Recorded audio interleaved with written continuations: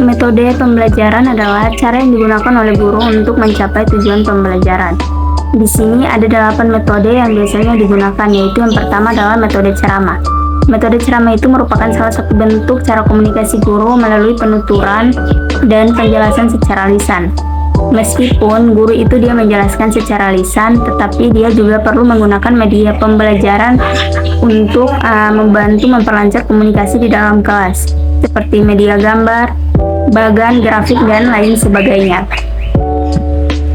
Metode ceramah ini biasanya cocok untuk mata pelajaran yang membutuhkan pemahaman lebih, seperti mata pelajaran fisika, matematika, dan lain sebagainya. Metode ceramah biasanya digunakan jika jumlah siswa itu terlalu banyak, waktu mengajar terlalu singkat, dan juga materi ajar itu terlalu luas dan banyak. Metode ceramah ini juga biasanya digunakan di awal pembukaan pelajaran untuk memperkenalkan materi pembelajaran baru.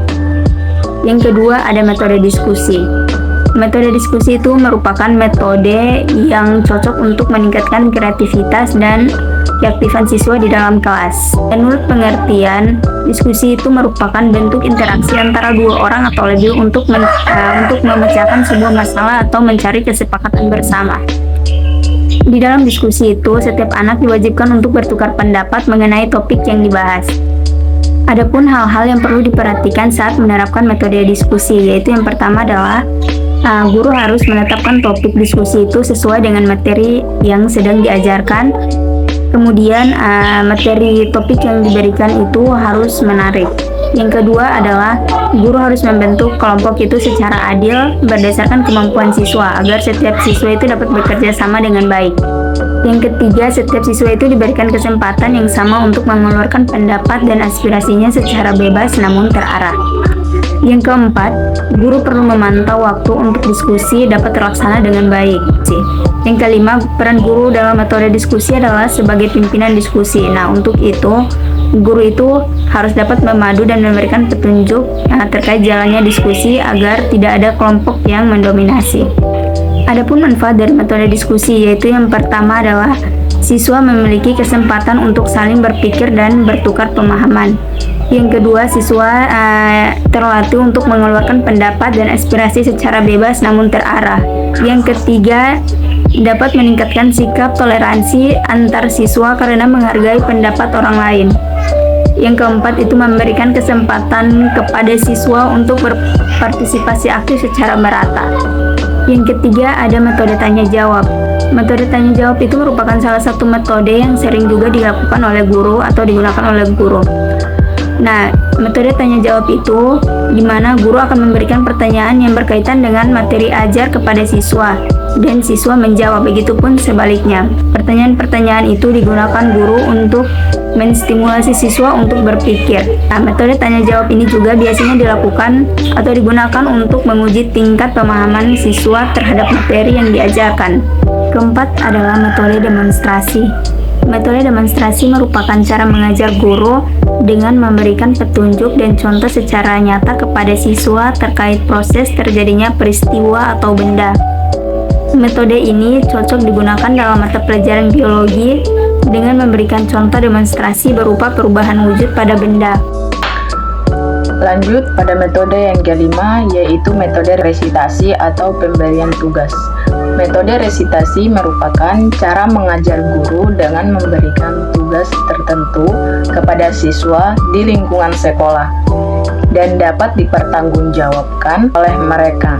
Metode resitasi ini berbeda dengan pemberian PR atau pekerjaan rumah. Hal ini dikarenakan metode resitasi harus dikerjakan di lingkungan sekolah. Misalnya di kelas, perpustakaan, laboratorium, halaman sekolah, dan lain-lain. Metode resitasi digunakan guru untuk memperdalam materi maupun untuk mengecek materi yang telah diajarkan sebelumnya. Penerapan metode ini bisa dilakukan secara individu maupun kelompok. Metode yang keenam yaitu metode sosiodrama.